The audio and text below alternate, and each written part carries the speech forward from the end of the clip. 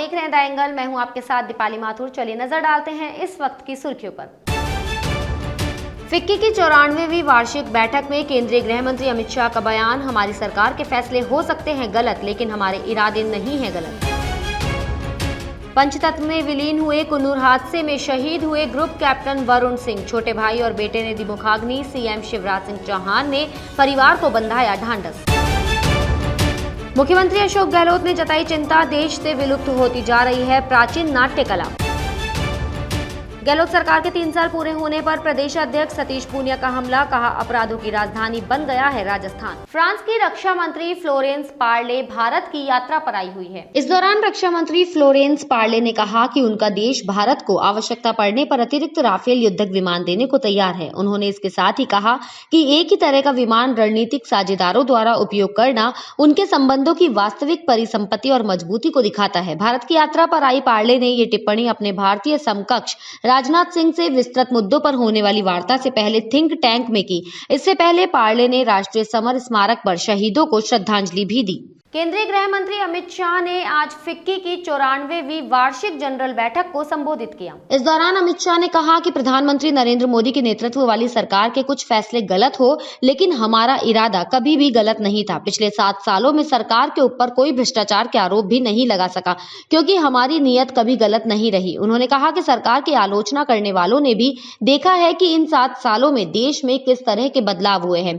अमित शाह ने कहा कि कोरोना महामारी के समय सरकार ने कई योजनाएं लागू की, जिनका परिणाम आने वाले समय में दिखाई देगा और देश तेजी से आगे बढ़ेगा। सपा प्रमुख अखिलेश यादव अपने विजय रथ के साथ 2 दिवसीय यूपी के भ्रमण पर हैं। इस दौरान अखिलेश यादव ने भाजपा पर निशाना साधते हुए कहा कि चुनाव आते ही भाजपा धर्म का चश्मा लगा लेती है। ये सरकार झूठों की सरकार है, इस सरकार को बदलना चाहिए। अखिलेश ने योगी पर तंज कसते हुए कहा कि बाबा को लैपटॉप चलाना नहीं आता, 4.5 साल में बिजली कारखाने का नाम नहीं रट पाए, 100 को 112 करके पुलिस का कबाड़ा कर दिया। पंजाब कांग्रेस के अध्यक्ष नवजोत सिंह सिद्धू की आज पत्रकारों से बात करते हुए जुबान फिसल गई। सिद्धू ने आज चंडीगढ़ में मजदूरों के लिए शहरी रोजगार गारंटी स्कीम की घोषणा की। इस पर पत्रकार ने पूछा कि क्या ये स्कीम केंद्र की योजना से अलग है, तो सिद्धू की जुबान आउट ऑफ कंट्रोल हो गई, उनके मुंह से गाली निकल गई। इसके बाद वे चर्चाओं में आ गए। हालांकि सिद्धू ने सवाल का जवाब जरूर दिया कि ये राज्य की स्कीम है जिसका केंद्र से कोई लेना देना नहीं है। कुन्नूर हादसे में शहीद हुए एयरफोर्स के ग्रुप कैप्टन वरुण सिंह पंचतत्व में विलीन हो गए। छोटे भाई तनुज सिंह और बेटे ने उन्हें मुखाग्नि दी। तनुज भाई की चिता के सामने ही बैठ गए और फफक कर रो पड़े। पास ही खड़े पिता रिटायर्ड कर्नल केपी सिंह और बेटी की आंखों में भी आंसू थे। इससे पहले मुख्यमंत्री शिवराज सिंह चौहान ने कैप्टन को सैल्यूट किया। कैप्टन के बेटे के कंधे पर हाथ रखकर ढांढस बंधाया, परिवार को सांत्वना दी। तीनों सेनाओं, आर्मी, नेवी और एयरफोर्स के अफसरों ने उन्हें श्रद्धांजलि दी। कैप्टन को गार्ड ऑफ ऑनर दिया गया। सैन्य सम्मान के साथ वरुण सिंह को अंतिम विदाई दी गई। जोधपुर में आज राष्ट्रीय नाट्य शास्त्र कार्यशाला के समापन समारोह का आयोजन हुआ। इस कार्यक्रम में मुख्यमंत्री अशोक गहलोत वर्चुअली जुड़े। कार्यक्रम में शिक्षा एवं कला मंत्री बीडी कल्ला भी उपस्थित रहे। कार्यक्रम में सीएम गहलोत ने कहा कि देश में नाट्य शास्त्र की कला विलुप्त होती जा रही है, ये चिंतन मनन करने का विषय है। राज्य के सभी कलाकारों के लिए एक संगोष्ठी बनाने के सुझाव मिले हैं, इन सुझावों पर काम किया जाएगा। अपने कलाकारों का सम्मान करना एक तरह से समाज का सम्मान करना होता है। मुख्यमंत्री अशोक गहलोत आज विधानसभा के मार्शल संजय चौधरी के पिता के निधन पर शोक जताने गए। सीएम गहलोत के साथ इस दौरान पीसीसी चीफ गोविंद सिंह डोटासरा भी मौजूद रहे। सीएम गहलोत ने इस मौके पर शोकाकुल परिवार को ढांढस बंधाया। वहीं पीसीसी चीफ गोविंद सिंह डोटासरा ने कहा कि किसान परिवार में जन्मे हरीश चंद्र चौधरी का जीवन लोक कल्याण के प्रति समर्पित था। उनका जीवन सादगी और सरलता का प्रतीक था।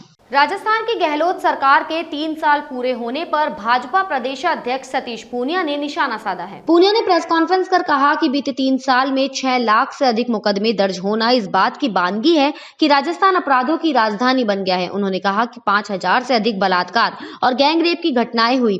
20,000 से अधिक दलित और वंचित लोगों पर अत्याचार की घटनाएं बता रही है कि राजस्थान में कानून व्यवस्था पटरी से उतर चुकी है। उन्होंने कहा कि राहुल गांधी की रैली में उम्मीद थी कि वे पूर्व में किए गए वादे को पूरा करने के लिए सरकार से कहेंगे, लेकिन वह उम्मीद भी पूरी नहीं हुई। स्थिति यह रही कि राजस्थान के बेरोजगारों को अपनी मांग पूरी करवाने के लिए लखनऊ की सड़कों पर रात गुजारनी पड़ी।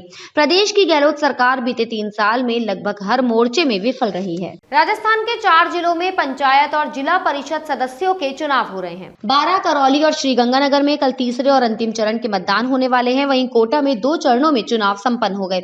इस बीच राज्य निर्वाचन आयोग के अनुसार किसी भी प्रकार का शिलान्यास या लोकार्पण जैसा कोई कार्यक्रम इन 4 जिलों में नहीं होगा।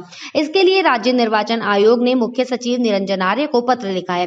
पत्र में कहा गया है कि यदि ऐसा कुछ होता है तो उसे उल्लंघन माना जाएगा। दुनिया भर में एक बार फिर कोरोना का खतरा बढ़ता हुआ नजर आ रहा है। संक्रमण के मामले कई देशों में तेजी से बढ़ते हुए दिखाई दे रहे हैं। इस महामारी का प्रभाव अब मिस वर्ल्ड 2021 प्रतियोगिता पर भी पड़ चुका है।